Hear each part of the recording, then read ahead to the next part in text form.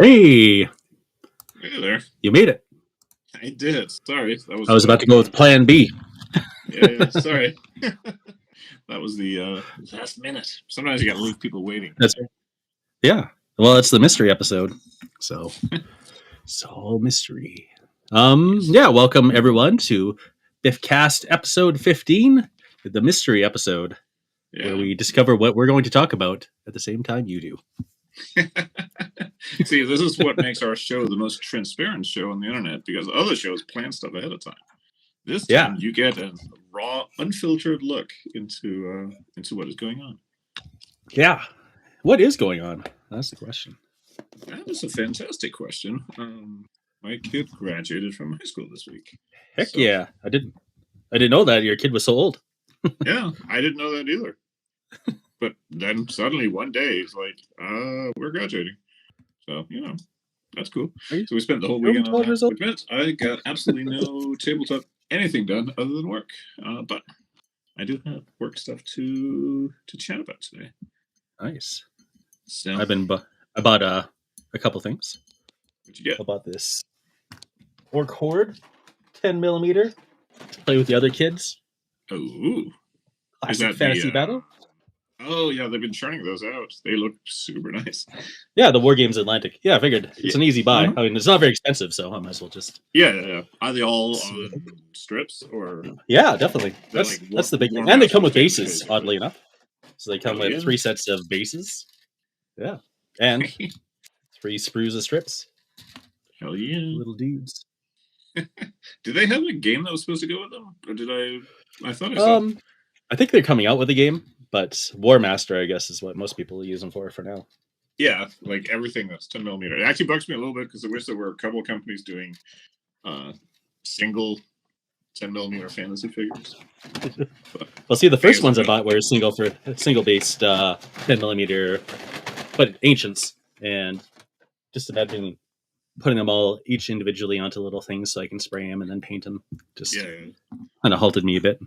It's not the worst. Yeah, I guess 10mm skirmish is barely a thing. So yeah, and might as well say hello to a couple of our friends in chat. Yeah. Noised, good to see you.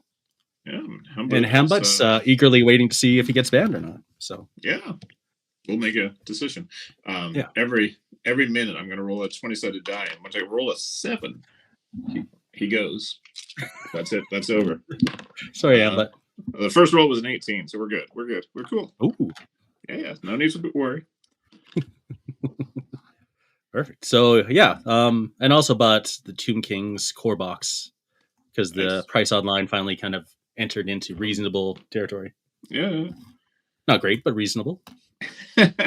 Honestly, some of those boxes, like everyone backs on the prices for those, but some of those boxes are like pretty good value considering how much you pay for 28mm figures nowadays. Yeah, I mean, it can't be any cheaper than buying a brand new old, sprue of skeletons. So because those guys aren't cheap. Yeah, although for like basic troops, like plastic skeletons and stuff, there's a little more options nowadays. But yeah, only if you want the classic big fisters. Yeah. You gotta have, otherwise they can't hold their arrows, right? Yeah, exactly. Big arrows, spear-sized arrows, and the big skeleton fists. Something I think about sometimes that because there's always people talk about Games Workshop being expensive, but like a lot of 28mm, especially for like fantasy and sci-fi stuff, is not real cheap, regardless of who you buy from. Mm-hmm. Like there's a lot that's like $3. It used to be it was like $2 per figure, and that was kind of like a base level. But now I see a lot that's like being beyond that, like $3-4 per figure, and that's just kind of the norm. Even I guess we have like the inflation episode, because even like 15mm, a couple of years ago, I started seeing like close to $1 per figure, and I think some of them are like above that now. For 15s, it used to be like 50 cents a guy. Like let's see. I picked up this guy at the used bin in the LGS, and he wasn't cheap either. Yeah. But he's all painted up now. Just needs his basing. Traded for this guy. It's a classic. Oh, okay. Let's see. What are the 15mm classic fantasy? I'm looking at Curaçao prices here. I'm trying to find like a squad. Yeah, so this pack is like 4 figures for $4. So now there's 5 guys and there's $5. So yeah, we're basically at like $1 per figure for 15s. That's bananas. Yeah, I mean, it's still sort of. I usually say like, oh, $50 will get you like sort of the equivalent of like a mechanized unit for like a platoon game. It's like Mhm. three squads of guys, 2 or 3 vehicles, and I might be pushing it now for $50. It's true. I think Battlefront's still the closest you can get. Yeah, well, yeah, if you get like those big platoon like packs that they got, those will save you quite a bit. And their tanks are not that expensive, but yeah, it's definitely like shifted up a little bit. But I don't know if that's really like when I look online, I don't necessarily see that people are changing their habits that much. Like see a lot more people who are doing like warband games, but I don't think that's only about savings. I think that's maybe as much about like wanting to paint less or just be able to have like more stuff ready. So like I don't know. What do you think? Do you think people are changing their gaming habits based on price, or are they just kind of doing I it a don't little think so. slower, maybe?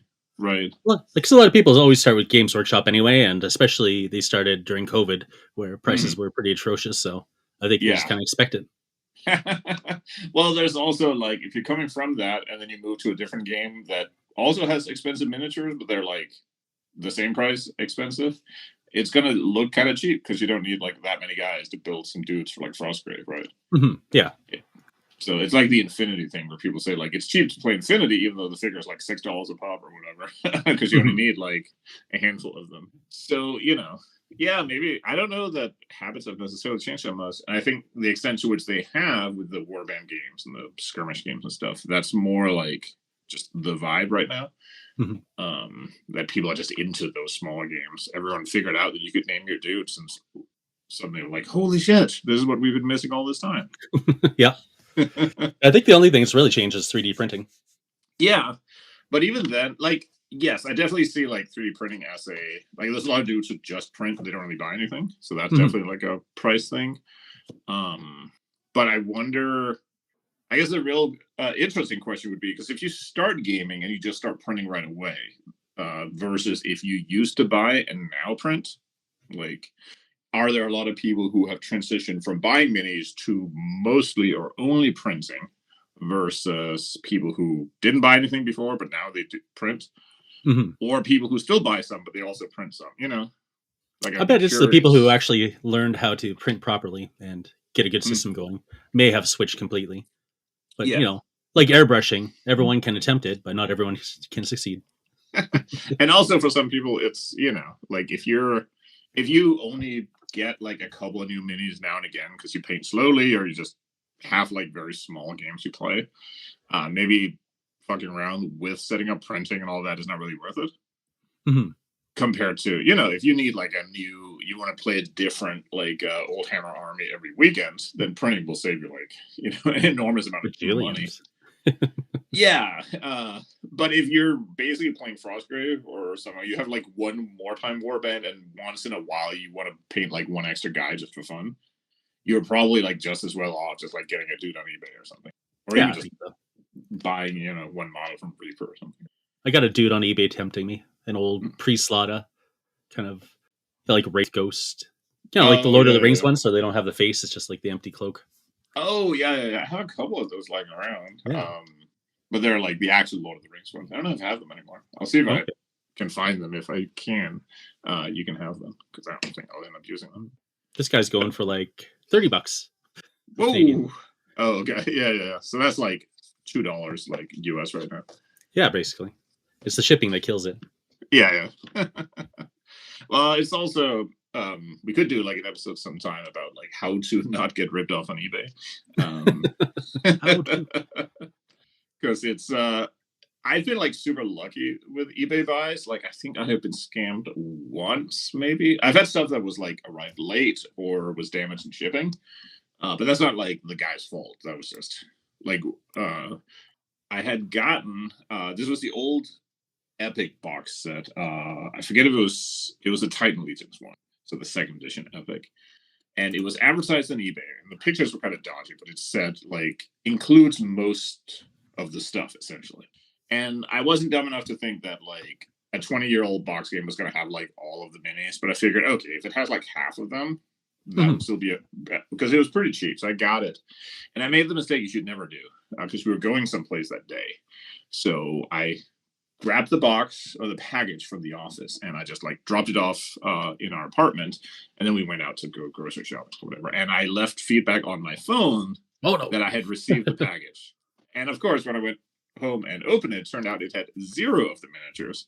It did have all the cardboard buildings and like unpunched and all the dice and stuff and cards. So it was like a complete game, just minus all the minis, which is the one thing I did want. I still have all the buildings though. They're kind of nice. But yeah, so that's like the one time I've ever been like scammed on eBay. Otherwise, I've just had like really good luck. Sometimes getting like extra stuff. Oh, that's really good. So yeah, but it's just like, you know, you get people all the time who, although I have definitely bought minis that were like 100% recasts, and yes. When you get like you don't want to pay $30 for a recast. Yeah, well, these were costed like pretty reasonable, which I guess was because they were like Old Hammer, like Eldar, like second edition minis, and I should have figured that they were a little cheap because they arrived. They were just like super like shiny. That's the picture looked a little shiny to me. I'm like, I don't know. Yeah. No, these were like I don't think the picture was actually the minis they were selling. I think they had like an old guy lying around that they used for the pictures, because the picture looked kind of, you know how it has that like tarnished look to the metal. So they look like that on the photos, and then you get like this just absolutely crisp and pristine, shiny, brittle. So yeah. Baron Hambut mentioned printing is another hobby that I'm not sure I have time for. And that's really the biggest thing, you know, like how much time do you got on your hands? Like printing an army and painting an army is quite a bit of work. Yeah, and then there's always like, I guess it's easier now, but like people still say like printing is like a separate hobby to support your first hobby, because you can end up spending so much time like figuring all this stuff out. But it's also, like I said, if you don't end up like buying that much, like I ended up getting some 3D printed like tanks and stuff, but I only wanted like 2 or 3, so it's not worth buying. You know, like those cost me, I don't forget, $50 or something. There was like some dude on eBay who churned them out. You just pick the one you want and they print it for them. So I don't want to spend like the money and the space to set up like a whole printing thing just for like a couple of tanks.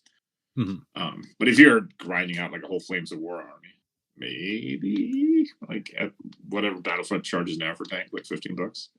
Hey, it depends. Yeah, some of them are like super expensive, especially if they're resin and metal. Then you're probably better off just 3D printing it. Yeah. But the plastic kits usually are okay. In the past, they used to be a little bit more expensive, but their prices are kind of mellowed out. Yeah. So it's definitely. Plus, you can also, go with like the Plastic Soldier Company for 15s if you hate yourself, or I don't know if there's anyone else that do them. Actually, not all Plastic Soldier Company are bad. You just have to research it a bit. Yeah. I had really bad like memories for buying the Soviet infantry, because I realized some of the heavy weapons are multi-piece in 15mm. And I just put them back in the box and didn't assemble them. Thanks. So that actually kind of killed me doing 15s for World War II. Shortly after that, because my brother-in-law wanted to learn how to play, and he does like model airplanes. So he was used to 172, so that was the obvious pick. So I told him, just buy like some 172 like plastic figures and we'll play a game. And then I saw the Eureka 20s, and it was all over from there. But PSC gets the honor of like basically making me not, because otherwise I was going to get just like Battlefront infantry, because they're cheap, they're nice, and I like the kind of like, you painted like a ton of them. Yeah, definitely. They're good. They're like fun, like especially the really old ones. Like when I got the BEF, they have like the giant lantern jaws. Yeah. They have kind of like a cartoon vibe. Yeah, they also got a little better as time went on. Yeah, although I sort of like the old one. They paint up real nice, which is what people always say about like shitty minis.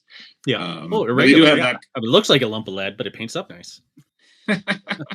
Yeah, that's what people have always said about like the irregular minis. That they look like garbage, but when you paint them, they sort of come to life. Although you could also get the Peter Pig 15s with the Jay Leno faces. They all have the mouth open like So you were gonna lead us into a topic. Yeah. Well, I was mostly just, I guess, gonna talk about Roguehammer, because that's kind of what I've been burying my brain in. Actually, no. You know what? We should do like cutting edge news and talk about Fantasy Hammer, which is definitely not the title, but when I Maybe. mentioned it, everyone in Discord started just spitting out stupid titles. So I want to emphasize that we are definitely not using absolutely anything people suggested. But I don't know what the title will be. If it's, I was gonna say Goblin Hammer because I'm pretty sure that's like a sword in Lord of the Rings, but that's probably like flying too close to the sun. Yeah. I think there's some winners though, isn't there?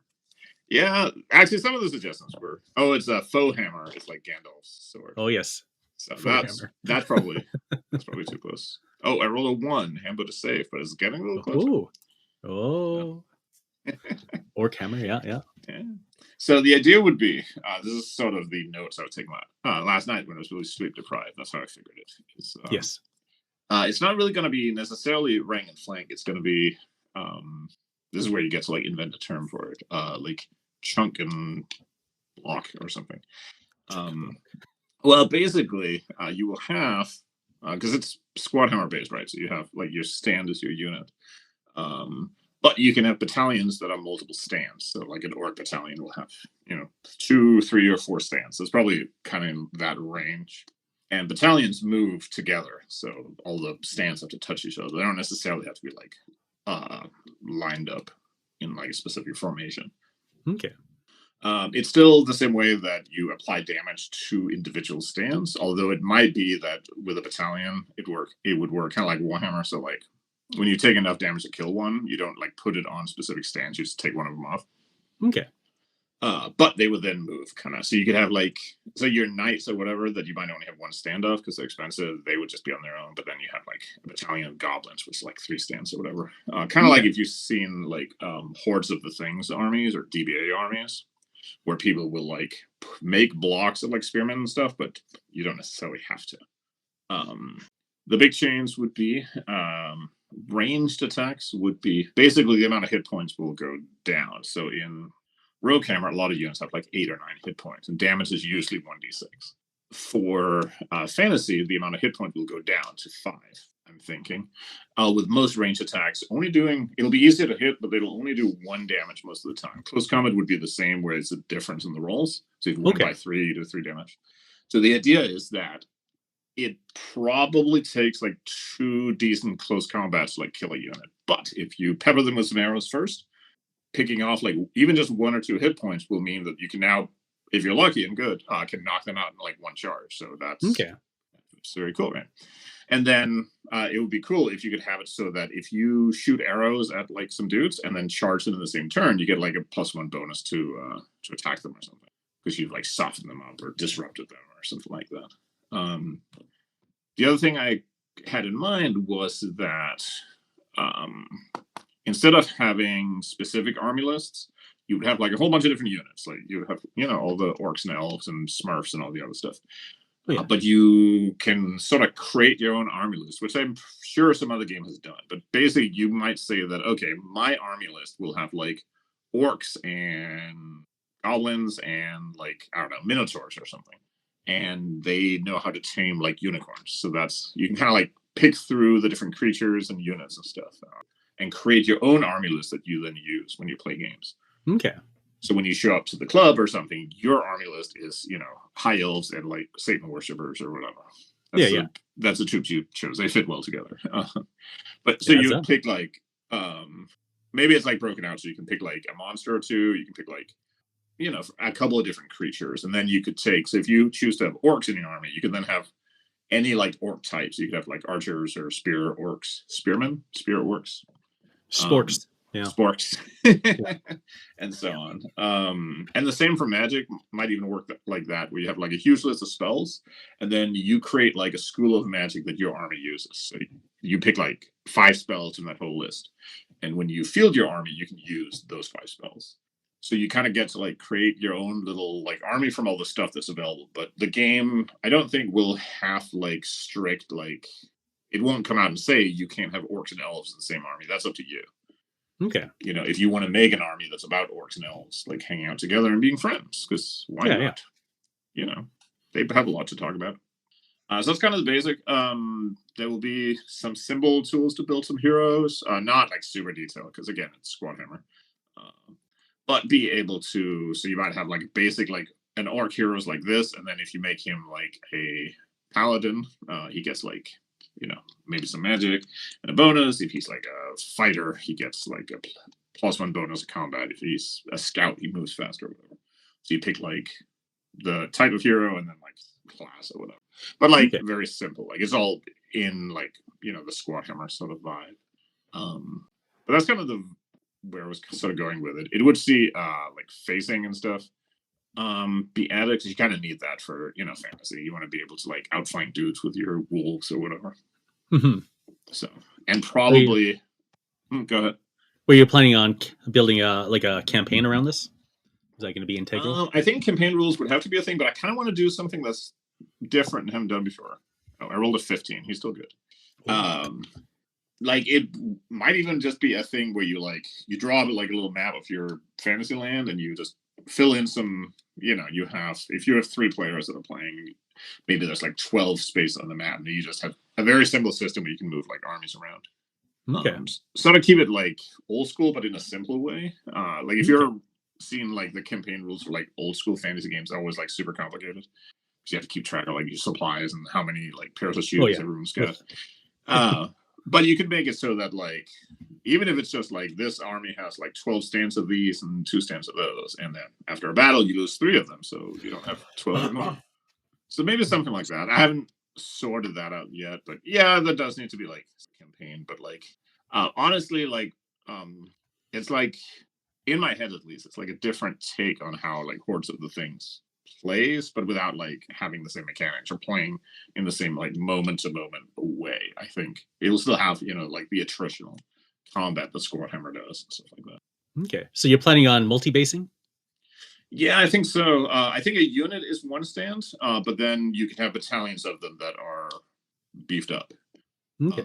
And maybe they get some. So needs to be some filling around to make sure that like there's a balancing point between those, so it's not like a battalion just automatically like mows down anything they fight. But, okay. And obviously it all has to be simple enough. But yeah, so the idea is that you do have like multi-stand units if you want them. It might be just a command and control thing. Like if you have a whole bunch of goblin stands, you're gonna need to make battalions out of them because otherwise you can't like control all of those dudes. Okay. Which is I think how DBA does it as well. Oh yeah. Okay. I realized the other night when I was looking through the Hordes of the Things rulebook that inadvertently Squad Hammer like stole the command system from those games, which is funny because I had read those before and played them and then like completely forgotten about it. So it's not actually ripping it off; it just happens to be ripping it off. No one can read Hordes of Things anyway, so no one will ever really know. This is true. It has never been successfully played. Many people think they have, but it cannot be done. But yeah, so that's kind of the idea. And then just have like an absolutely crazy amount of like creatures and monsters and stuff that has like stats, so people can just. One of the things I realized making all the fucking units for Rogue Hammer is that if you just have a bunch of stuff that has stats for it, people will take those stats and then call them something else and use them. But if you tell people to like make the stats themselves, they won't. Then they won't do it. So, some will, but the ones who will are the ones who didn't need the army list to begin with. So there's, I've realized there's a lot of value in. Have you ever had that where like if the book has stuff, is like it gives you permission? Does that make sense? Yeah. Trying to think of an example if I ever did it. I like unit building, like when you get like options to add things to things. Yeah. So, and that's kind of what I was thinking with the approach to the army list, that like. You sort of pick from the whole mess, because like sitting down and picking like from 200 different units is probably a lot. But if you know like the models you want to use are like goblins and stone golems, then that kind of narrows you down to what goes into your army list. Mm-hmm. And then you can, when you sit down to play, your goblins can be like whatever they need to be, sneaky goblins or spear goblins or whatever. I always appreciate how Elf Knight Pike Sword does it, where you just add your racial attributes to base units. Yeah, that works pretty well because again, you know what models you have in your collection. Yeah, and then you just have to kind of look at them, like, do they have spears? Do they have shields? You know, and if you leave it open enough where it's not very specifically, these guys are supposed to have a giant 2-handed flail with 3 heads. And if you don't have that, then you're still using the stat, but then it's called a 3-headed giant flail, but you actually have. Reaper sticks or something. Right. And I mean, I get, since this will sort of by definition be a game played like in a friendly manner anyway, you can be a little, you don't have to be super harsh with it. Just having it be open-ended enough. But I think it's also like some people like to look through like an army list and find like a creature that's like a cool ability or something. News says, I had the sensation already for yes. For the little I haven't said these days, but there's in fact no overlap with my tentative Squat Hammer Chrome. Well, that's good, I think, because that means we get both. Chrome. Damn you, Chrome. But it's also because you could totally have like two different takes on it, because you have like fantasy that's like all about like the heroes and stuff, and you can have fantasy that's very like it's all about like legions of troops, and you can have kind of like it scales like really widely. When people say fantasy, people will think of like completely different things, right? Yeah. I do like the idea of representing like chaff multi-based and elite units on one base, but it's still just the one base in the end. So like 3 orcs on a base equals like 1 ogre on a base in the same base. Yeah. Like that's like early in Squad Hammer, there was like a term for it that I definitely forgot again, but it was the idea that like the Rogue Hammer list kind of worked like that, where like orcs have like 5 or 6 figures to a squad, but Space Marines only have 3, or sorry, Star Knights, don't sue me. But those represent the same like fighting power of the unit. So, and then when the Star Knights actually have like better stats on top of being only half the figures, it's one of those things that when you look at the army list, it doesn't look like it's a big deal, but when you see it on the table, it's like really effective. Yeah, that's right. It's like when in like old Warhammer, where they sometimes had like little creatures would have like a base with like a whole bunch of like snotlings or something. Oh yes. And they they kind of add up to be the equivalent of like one dude like of normal size with a sword. So, but yes, that's kind of the plan for Fantasy Hammer. Honestly, other than like people wanting it, which I know you should never give people what they want, but we're all human. We all make mistakes. Well, they talk about it less once you give it to them. So if you're just tired of hearing it, for like a week, then they start moaning about something else. So you have to you have to keep moving on. But I also realized that it was actually, I think I had like a turning point on it, because I usually hate writing army lists, but creating the Rogue Hammer ones, I got into like a groove where it's actually fun to make them. Creating this would give an opportunity to make more of them, but also it would allow like, it's funny because you can like put with something like Squad Hammer, you can put it together in like so many ways and configurations because it's so simple. And each time you do, you kind of like solve the problem, but then you like create a different one. So like if you put armor values for tanks, then they don't feel like infantry anymore. But then now you have the problem that everything has to have like different stats.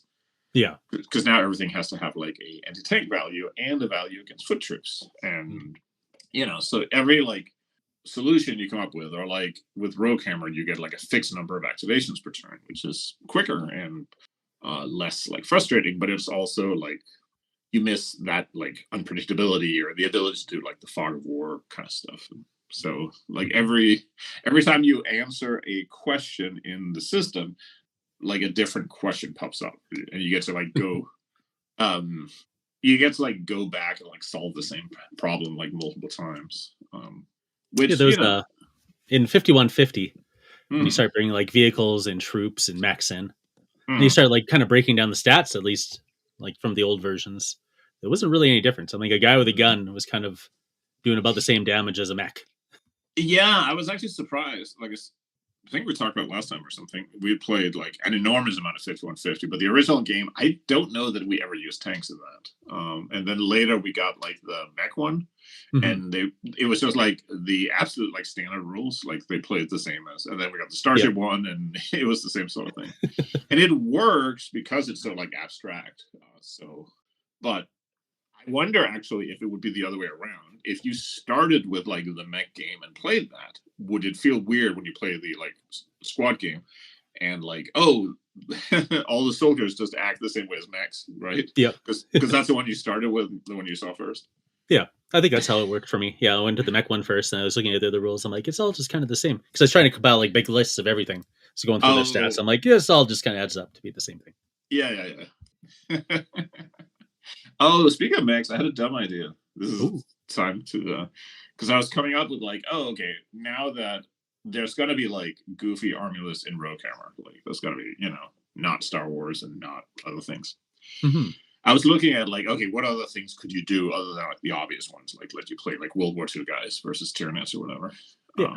And I got this idea of what if you had an army list that was like the original set of like the classic original set of BattleTech mechs, but they're like big robots and you can have them like fight your space marines or whatever. So you have like an army list that's like mechs, but they're fighting like. So are they like just like miniature to miniature scale? Yeah. So they're like human sized like robots because they're all basically the size of like at least an old Warhammer guy. They might even be smaller now actually, but they're like roughly human. So each unit would just be one like robot. Okay, yeah. But they all like have tiny little laser guns and stuff. Yeah, but they all have stats that are kind of like based on the original. Like the Locust would be really fast, and the Archer would be completely useless, but look cool with his missiles. And that's right. Yeah, that'd be fun. Yeah, that would be cool. It would be a fun way for people to like, plus it's like, I don't know, I was thinking about like what's like stuff you could, because the obvious like comparison point between Rogue Hammer is like OPR, right? Yeah. Sort of fitting the same vibe. I was like, well, how can you like differentiate things out more beyond just being old Hammer? It's like, well, they have their own like sort of expanded universe. Well, I guess they have like a whole setting now of like actual things happening. Yeah, but it might not be as riveting for some folks as others. Yeah, I mean, it's always like you get people who just want to invent their own thing. Like I think if you, and what I'm hoping for is if you give people like the bunch of army lists and they see like, oh, I can have like Cybermen from like Doctor Who and Tyranids and like World War II British, like that should self-evidently like let you make something cool. Otherwise, you're like not cut out to be a Rogue Hammer player, I think. My daughter, Doctor's all in on Doctor Who right now. My daughter, she loves the new Doctor Who. Oh, okay. I'm like 2 doctors behind because like when the Lady Doctor came in, whatever service it was on, we didn't have or something, or we canceled it. So I'm like super behind. But I'm like a mega Doctor Who fan. Like if I was ever gonna get a tattoo, it would be of its hardest. Nice. So yeah, I even I like both old and new Who. Like I like all of it. Not like every single episode and I have preferences. Has he seen like all of the new stuff, or is he just watching the current one? Or? Yeah, we're just watching the current one. Oh, okay. So you just show her like he's very Mary Sue, I guess you'd say. Yeah. I'm not sure if all the doctors are as Mary Sue, but yes, he's pretty Mary Sue. Oh, okay. Anything in the new show except for like the 9th Doctor is definitely like it's just the vibe they are going with. Okay. Yeah. So yeah, if you can like, it's all pretty good. I would say the classic is like the David Tennant series. That's like the good stuff. They say one of the top episodes though of all Doctor Who is in the newest season. Oh, okay. Yeah, it was a really good episode. My daughter loves to rewatch it. I had seen people say that like for a while, like the writing had been like a little hit and miss, and they were kind of like coming back into their stride now. Yeah, the writing is pretty tight. Yeah, well, they had also gotten, I think, Russell T Davies back as the showrunner, I think. So yeah, and that was one of the episodes that was top notch. Oh, okay. His episodes. He was always really good because he was one of the. So there was an issue. There used to be an issue with when Moffat was running it, where he kind of is not very good at like portraying characters who are like normal people. And one of the things that always made the show work was that the companions are normal people who get thrown into this like crazy space-time travel. Yeah. And Russell T Davies, although he had his ups and downs as like writer and showrunner, but he was always very good at like emphasizing that they are people and they have like people problems to deal with. Mm-hmm. And now I'm not like a Moffat fan in general. I think some of the shows he's been running are not real good, but I know he has his fans and his. Not all Moffats are as good as other Moffats, you know. This is true. There's a distinct variety and quality. But yeah, Who is a good shit. Like I will defend like pretty much all of it, to be honest. Let's see. What's Noise saying here? I'm gonna pop it up. This inspires me for another spin-off project. Hammer of the Huntress, my true solo, one character game, but Mazinger themed. Hamapanchi.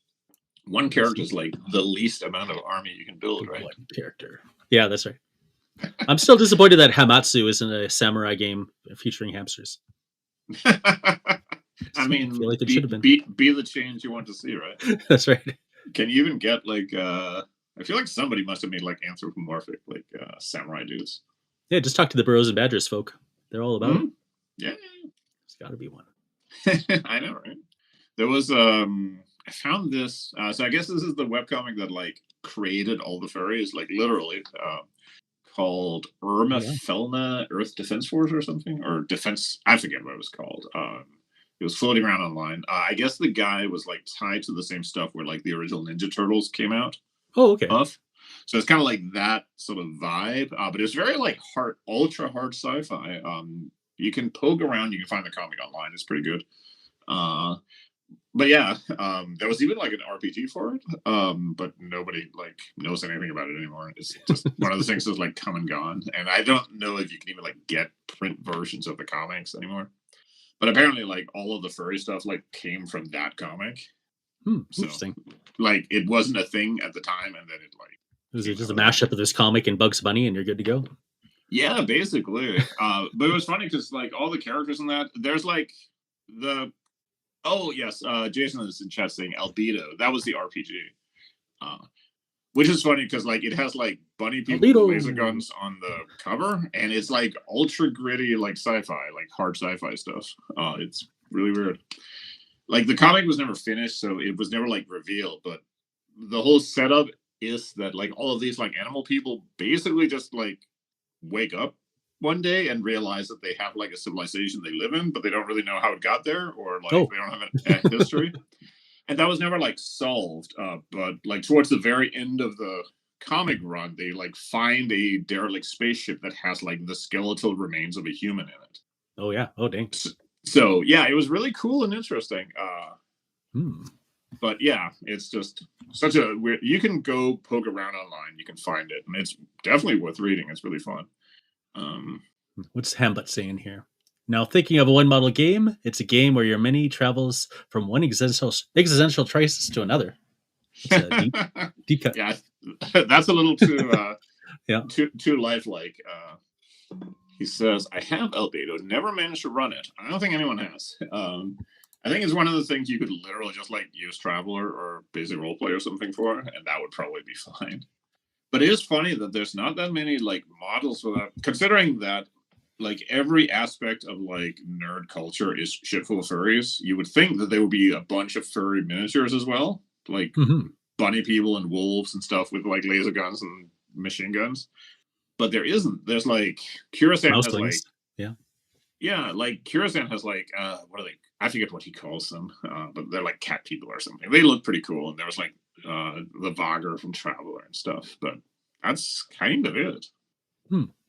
So that's weird. Maybe it's just the wrong like subculture. I forgot to roll for a Hambut. Oh yeah.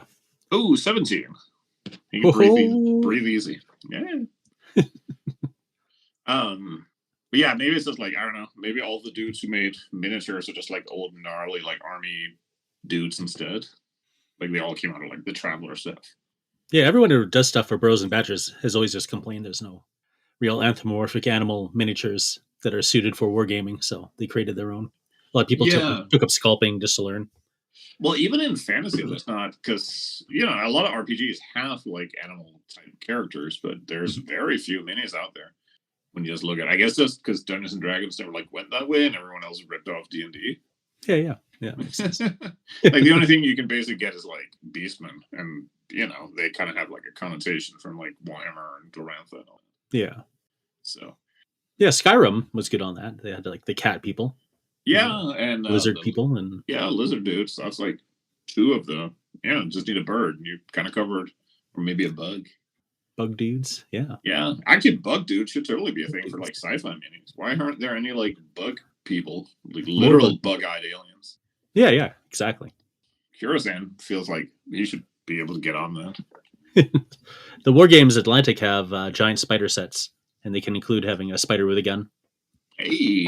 Yeah, so that's something. It's not nothing. No, but it's close to nothing. Yeah. The other thing that I was gonna kick off working on was he does have bears with like space bazookas, but he only has like Okay. 2 packs of them, so it's not really. See, that's not, like another thing that's I hate with like sci-fi stuff, especially when you get a range that only has like 1 or 2 packs of figures, yes. and it'll never be expanded because they were done like 12 years ago. So The AT-43 had the Carmen, which were gorilla people. oh, that's right. Which That was like those guys were cool. Yeah, they were pretty good, but I don't even know if you can get those anymore. You probably have to eBay for. Did Oh, that yeah. game go anywhere? Like, does anyone No, own just that? they killed it. I think Yeah, AT-43 killed the company, yeah. which is too bad It because it was was like really cool concepts. it was pretty popular for a while. I wonder if it was one of those things that had like not that many fans, but like those fans were like really intense about it. Yeah, and really high overhead. Yeah. Well, and at the time, like churning out like lots of plastic stuff was like super expensive. Yeah. So And it was all pre-painted. All the AT-43 is pre-painted. yeah. Which I don't know if that like helped or hurt it. I was talking to somebody the other day about. Do you remember when Mongoose Publishing used to do miniatures? Yeah. Like they had the Judge Dredd game. They had a lot like Starship Troopers. I always forget the name. That was like the Babylon 5 like ship game. Oh, okay, yeah, that's right. Call to Arms, I think. Yes. Which had like really cool minis. That was a good game. I remember like one of the Judge Dredd games was really cool. They had Starship Troopers, which was like huge for a while. They had like tournaments and all kinds of stuff, and then it just disappeared. Yeah, I played the Judge Dredd game. I used the engine at least. I just made my own like zombie game. Okay. Was it? Because there was like it was good. I think that 2 different. There was one that was like kind of Necromunda style, and there was a different one which was more like a regular game, I guess. I think I did the Necromunda style one. Yeah, that one was really cool. I remember like. I didn't get a copy of the rulebook until like way later. I was like, "Oh my god, this was really awesome!" Yeah, it was well set up, and it was like pretty accessible. But apparently, what like torpedoed miniatures for them was because they tried to do that like Battlefield Evolution or whatever. It was like a modern warfare kind of thing. Okay, yeah. And they set up the game was okay, but they set up this whole production of like pre-painted plastics, and I think they were way more expensive to do, but also the paint jobs coming out of them were like infamously bad with like googly eyes and stuff. It's like old.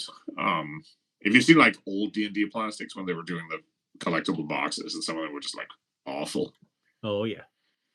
And I think that just because it wasn't that far after they just declared that they were just going to get out of doing miniatures because it was like too difficult, too risky. Yeah, you weren't quite there yet. No, 10 more years they would have been there. Yeah, maybe they're just ahead of their time. But they were always one of those companies that were trying like a bunch of different things. Have you heard of Skyrealm? I have not heard about. Skyrealms of someplace Droon or something. Jaroon. Okay. Hambut says, "What's the chance of Orc Hammer Armulus for Cloud Counties? Not Skyrealms, not at all. The problem there is that I don't know. I'm familiar with it, but I have never like read the books or anything. So there's not going to be Armulus that are like specifically like that. It'll be like one big list of things, and then you build your own army list out of those. So you can make it." I also had this stupid idea of creating like an army list for Rogue Hammer that would be like Napoleonic troops, so you can have like skirmishers and stuff fighting Tyranids, which would be really stupid. Space flintlocks. Exactly. laser smoothbores, laser muskets. I guess a laser would have a smooth bore anyway. There would be no reason to rifle it. But you got to get the laser beam to spin around. Yeah, that's right. It's the twirl and the beam that really makes it penetrate. Yeah. It fools the detection systems. Yeah, that's right. I'm not sure what Jason means by Jorun. Oh, that's it was an RPG called Skyrealms of Jaroon.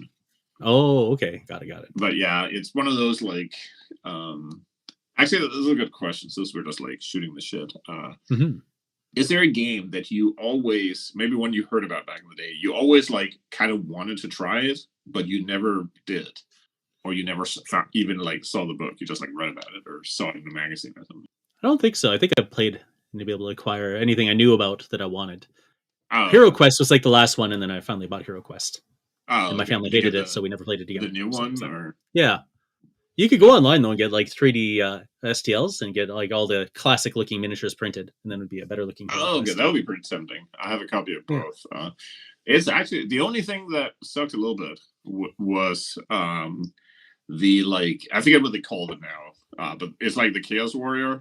The model is really cool, but the plastic for like their maces is like really soft. So Oh like they're yes, and it all flops over. yeah. It looks kind of sad. Like I Yeah, know you can get like pills if your maze is like soft and floppy, and it helps. yeah. So maybe they need some of that, but otherwise, D&D like minis are one of my least favorite, though. Honestly, for miniatures, I don't like something about the scale, the ratio of the bodies to the weapons. I don't know what it is oh exactly. They're always kind of big, but their weapons are always kind of small. yeah, So they I just don't know don't if sit in that nice it's happy medium for me. So like a 28 millimeter, like the like historical gaming, they have small mm, weapons, but they're also not huge. But D&D are huge, but they have small weapons. yeah, I wonder if it's like a side effect of like how they cast them because the stuff they use have always been like kind of soft, so you Yeah. can't really like I mean, make it's certain reasonable, things. but it's done. I just don't like it. So yeah, I think I wonder if that's like a thing that came in from like Warcraft and stuff, where you always have dudes with like huge swords and stuff, or like from Yeah, yeah. anime. So that Huge becomes dudes, like huge swords. yeah. Well, it's funny how like all of that like influences each other because you had like originally old school fantasy often had like very sort of realistic proportions because they were often Mhm. sort of based on like historical troops, and then like the swords and the armor and the shoulder pads got bigger, and then at some point like the dudes got bigger as well, so you have like big dudes with big swords. Mhm. So that starts showing up in like you get sort of like mid-range Warhammer, and then Warcraft starts looking like that, and then that feeds back. So now like D&D starts looking like Warcraft, and it all kind of like Yeah, yeah, they all feed off each other. yeah. Or it's an arms race where like the what's that game you love from? I think it's from Sweden. It's a Oh, sci-fi game. Like, what are your favorite factions is from it? Warzone. Yeah, Warzone. Yeah, like they just upped the irons basically on chunkiness. So Warhammer guys Yeah, are like chunky, but they're chunkier. yes, They got bigger guns. They got bigger clips on guns and clips. bigger shoulder armor. Yeah, But it also helped cover up for like really shitty like sculpting and casting at the time yeah, yeah. because it's easy to make like big chunky like armor dudes. Um, yeah, that's another that like I was talking to I was too bad Torben is not in the chat because I was talking to him about this a while ago that it's hard to think of a sci-fi game right now that is like competing with 140k like not in a like on an equal level because that's never kind of been the case but just Mhm, like as a like second tier kind of choice like infinity's mhm. out there but that's like its own little thing Yeah, and other than it's not a that Warhammer whatsoever. yeah but like because it they used to be like Warzone was it for a while Void I guess that maybe War Machine was it for a while um, and now there's just kind of not one. The closest competition is almost like Kill Team, Yeah, yeah, exactly. which is more like that Gates of Antares, I think, is either dead or on life support. Oh, it's dead. That's Yeah, yeah. Like Grunts isn't around I anymore. think it That still was exists, but it's dead.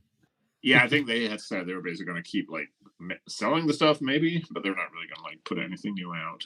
Yeah, I don't even know. Like I think Star Wars Legion is still kind of around, but I don't know if they're even yeah, their pushing that. cycle is still going, but no one really Yeah, talks. I think Shatterpoint kind of like flopped a bit. Oh yeah, It seemed like they didn't really stick to that.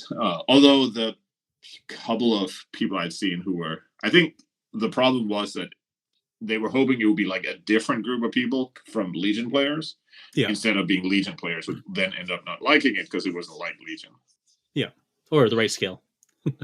Well, yeah, and then you have to like get everyone to buy it. That's what I mean. Like if you're trying to attract people who don't already play Legion, that doesn't matter because you're just buying new stuff.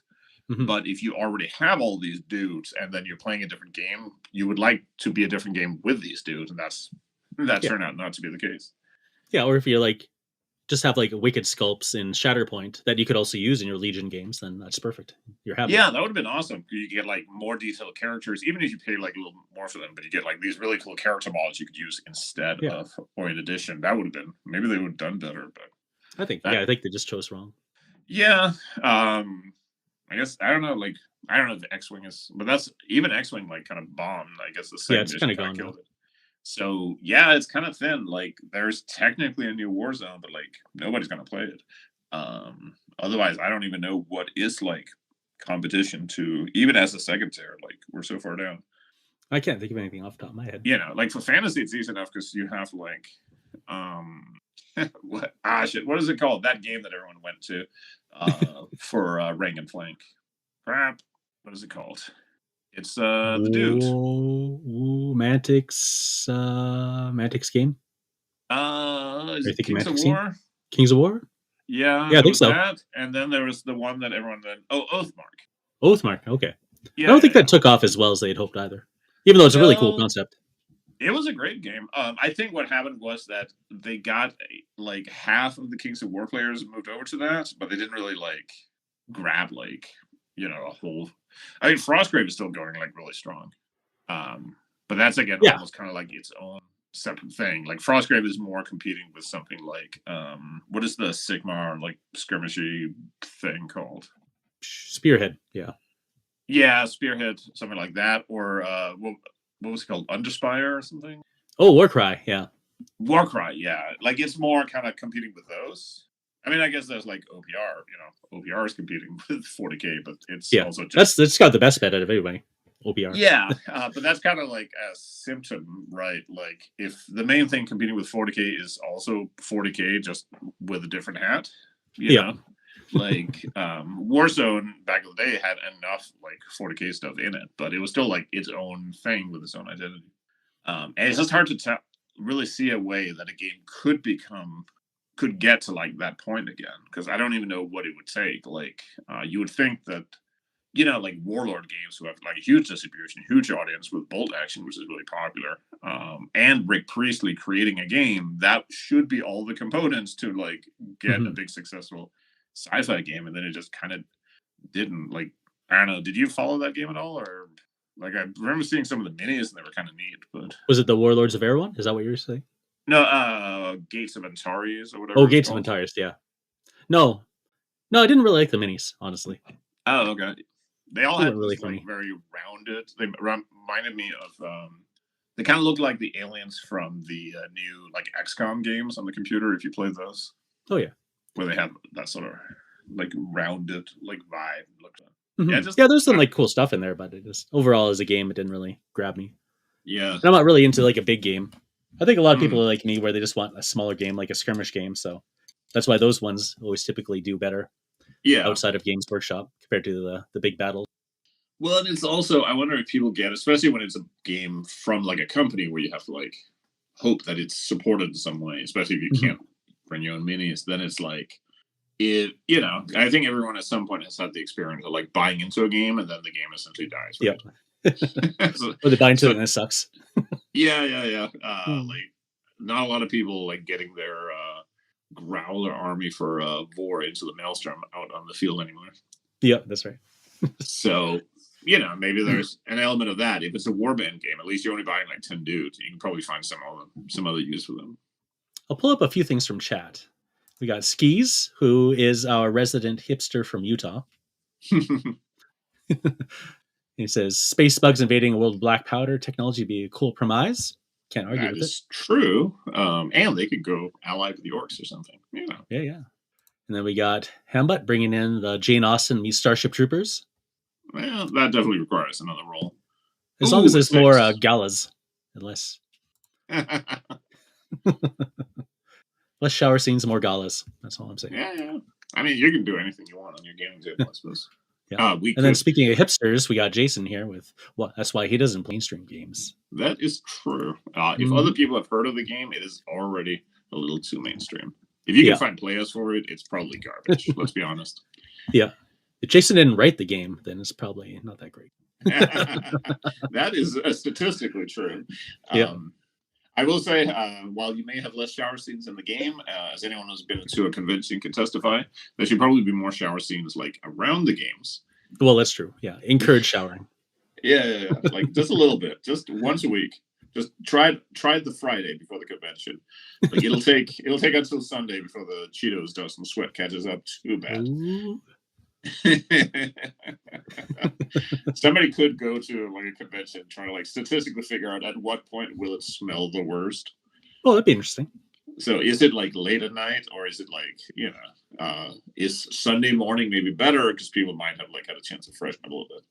Ooh. Or is it like Friday when everyone is like stumbling out of the car? Or what is the smelliest tournament game?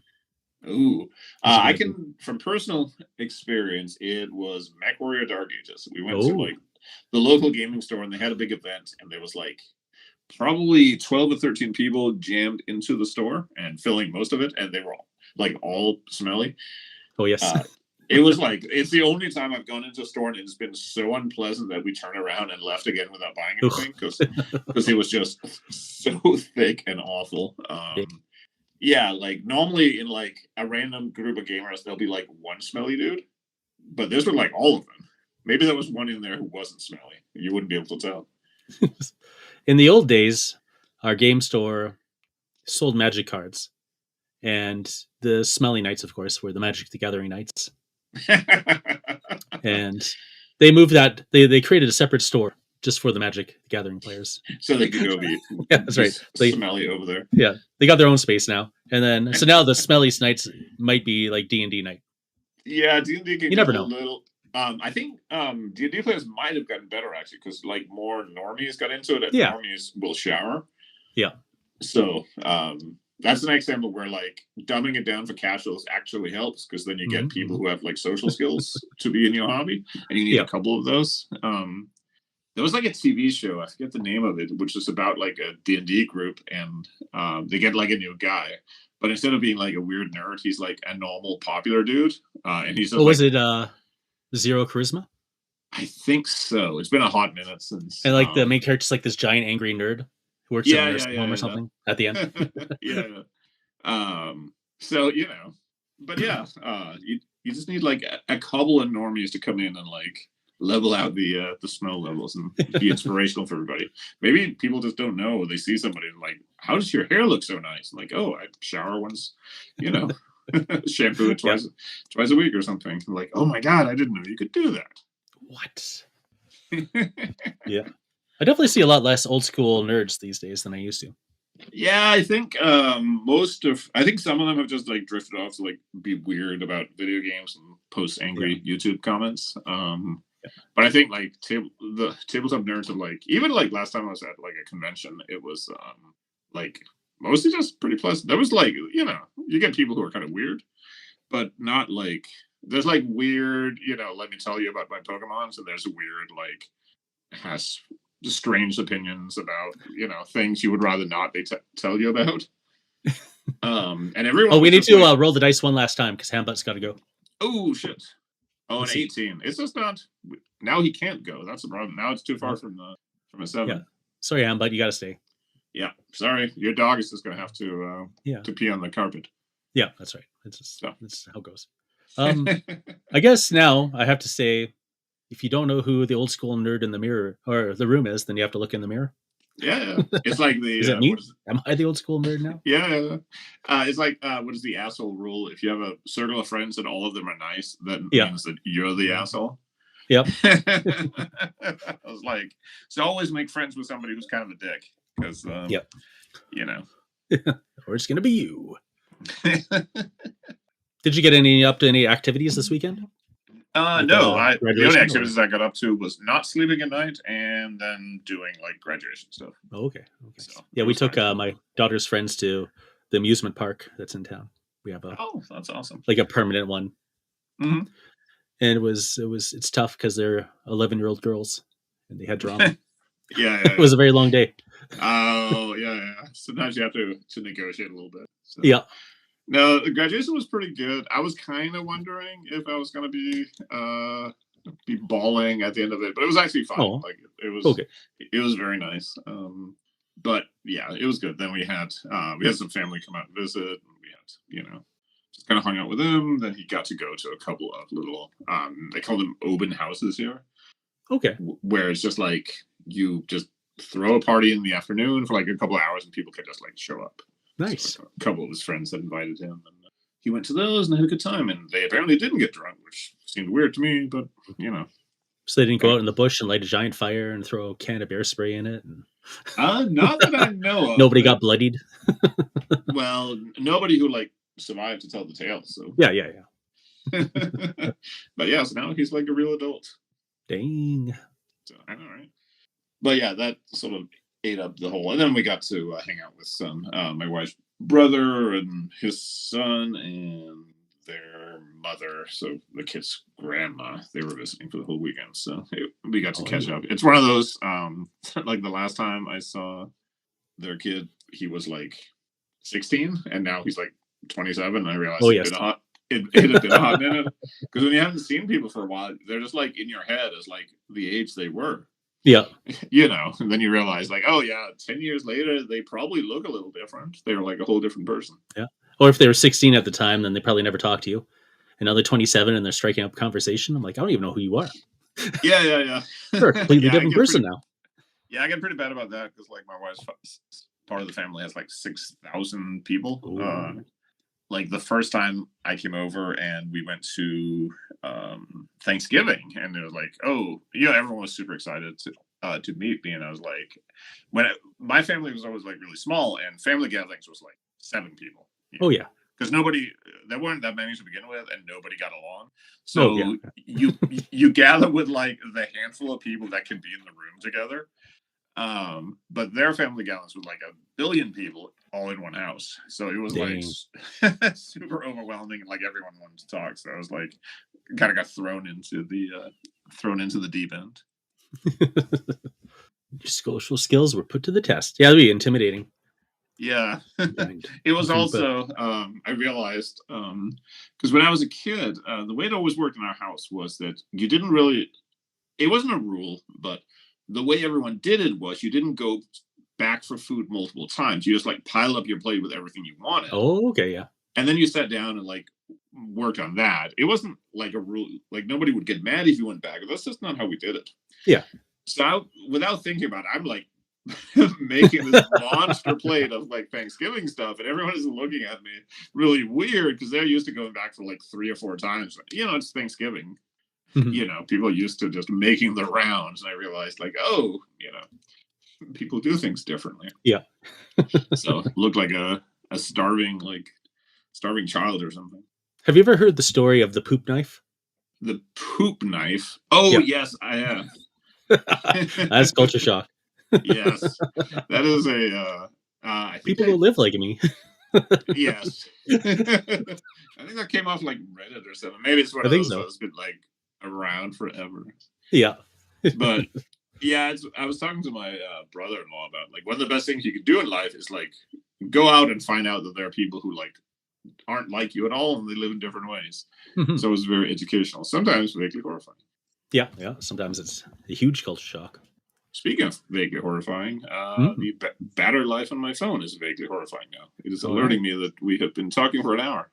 Yes, sir. That's right. So it's a good time to wrap it up. Yeah. So that's our mystery episode for today. Hambut did not get booted.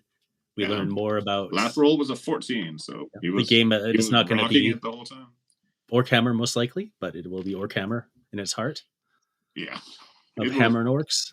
If you were here, if you're cool, you will always call it Orkhammer. Yeah, that's right. You'll never use that true name. And that wraps it up.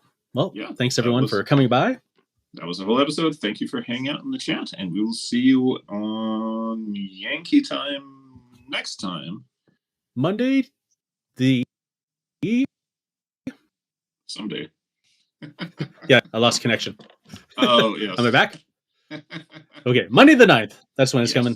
And it'll be on the evening time slot, which is like the early morning or late night time slot, Euro time. So yeah, that's right. So only the true fans come.